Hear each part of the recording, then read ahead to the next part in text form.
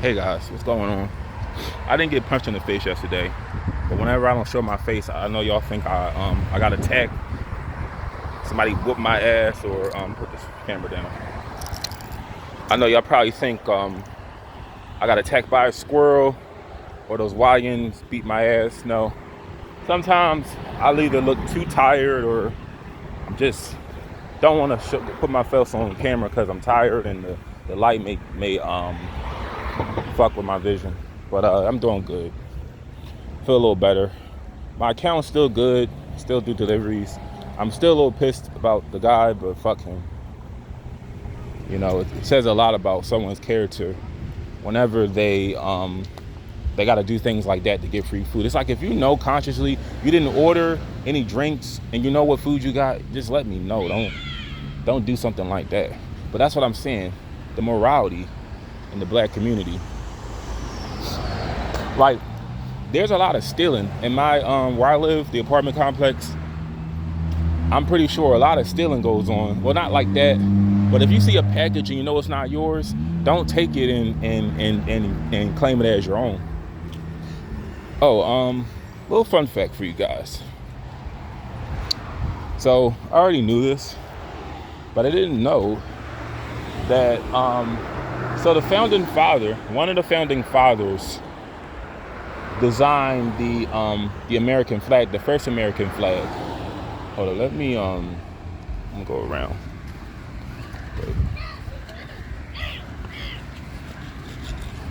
I was gonna cross, but there was some dude across the street. So one of the founding fathers, Francis Hopkinson, said that right? He designed one of the he designed the first American flag, and then they eventually added the rest of the stars because the states grew over time. People think Betsy Ross designed it. I believe she sold the flag. She sold the flag, but she didn't design it because you guys know the flag, like the stars, represent the states along with the stripes. Like so there's still 13 stripes, like red, white, and blue. But there were 13 stars and 13 stripes. I'm pretty sure the stripes never changed. There's not like 50 stripes. That's a long ass flag. But the reason I brought him up, he died of a seizure, and he's epileptic. I'm not epileptic. I have seizures myself, but it's amazing. Someone that contributed to this country had a disability. So it's something to think about. But I appreciate you guys that watch me. I really wish they would disable my subscription number. Let me just say this. I appreciate the people that do watch me. I know that I've scared away whites and ghetto black people, some people that are I talk about everybody. I don't give a shit. I really could care less about subscriptions. And I said this before and I'll say it again. I refuse to be a damn bootlick like the Hodge bootlicks. I don't want to be like them. And I don't want to be like Dr. Umar Fraudson, Ufan Tunde, the fraud master. I'm not going to tell you, I'm not going to defend black pathology. I'll call it out. And I'm not kissing white ass. Because like I said, I don't know what I would get out of doing that if I had to. I speak my truth when I feel it's the truth. And when I feel like something is bullshit, I call it out. I call out bullshit. But like I said, I wouldn't want to get paid for this at all. Because like I said, I would have to stick to a script. I would have to cater to an audience. To make money on here, and everyone knows you have to cater to an audience. And I don't want to do that. I kind of compare myself sometimes to Bill Hicks. Now, he's a comedian, not one of my favorite ones. But Bill Hicks didn't give a shit about the things he said. That's why he preferred public access radio. Because they didn't censor the things that he said. Now, some people would label him as like a liberal. But he, like his thing, he shit on everybody. He didn't care. Now, he died young. He died of cancer. I don't know how wealthy he was, but he died of lung cancer that could have been prevented. But the thing is, I don't care. Like I said, I'd rather keep my self-respect than be like the Hodge bootlicks or Dr. Umar Johnson. It's like I don't want to pay my bills telling a bunch of lies. If I feel black people lack morality, I'll say it. If I feel white people they display white supremacy, I'll call it out. I don't have a problem saying it because that's what I feel. And if it's times where I could talk about the goods, I will. I'll say, yo, the black community is one place that I'm naturally accepted in. I will admit that. Or I'll say, hey, while the white community doesn't accept me, I have a lower chance of getting brutally murdered. But anyway, as I was getting dressed, because I'm gonna go to the store, get a little snack, jump on a bus. I'm only doing Roxborough today, no longer doing North Philly. Because honestly, it's dangerous to my health. But I see that they have a drug bust. They have a drug bust.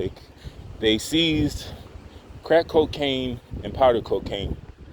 I really wasn't. See, we live in these times when you just have your TV on and just play what you hear. You don't really look at the television. Because we got a smart TV. I was playing the Fox 29 news channel. But if I could, you want to know why? So like I said, I call out everything. I'm not going to just shit on people that sell drugs, because I feel like, oh, there's the bus. I'm gonna jump on that right now because that's where I gotta go to get my my little snack. It'll be something if I run into my mother on the bus, but I don't want to put her on camera. If I do, I'll end the video because I don't want to ever put out her identity. But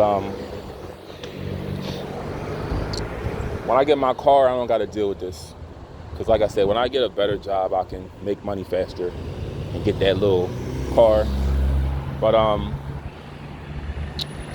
when people sell drugs, now I lost my train of thought. I was going to talk about the drug bust.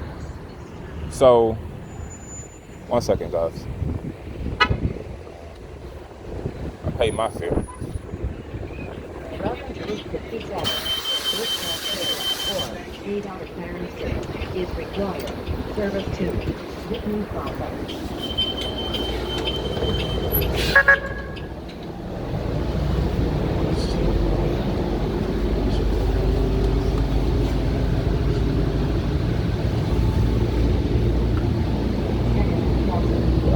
I don't see her on here. So anyway, yeah, but she was on the bus. I would end the video. But my mother is black, by the way. She's not white. But